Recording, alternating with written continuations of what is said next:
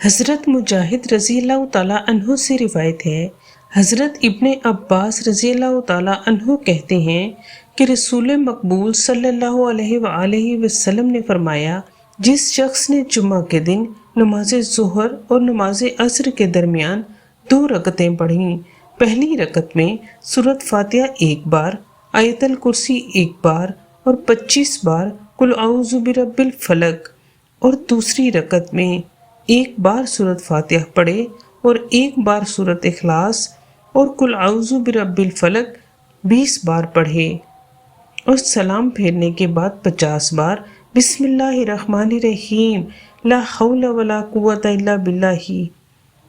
تو وہ شخص دنیا سے نہ نکلے گا جب تک اللہ تبارک و تعالیٰ ذوالجلال والاکرام کا خواب میں دیدار نہ کر لے اور اپنی جگہ بہشت میں نہ دیکھ لے یا اس کے لیے کوئی اور نہ دیکھ لے۔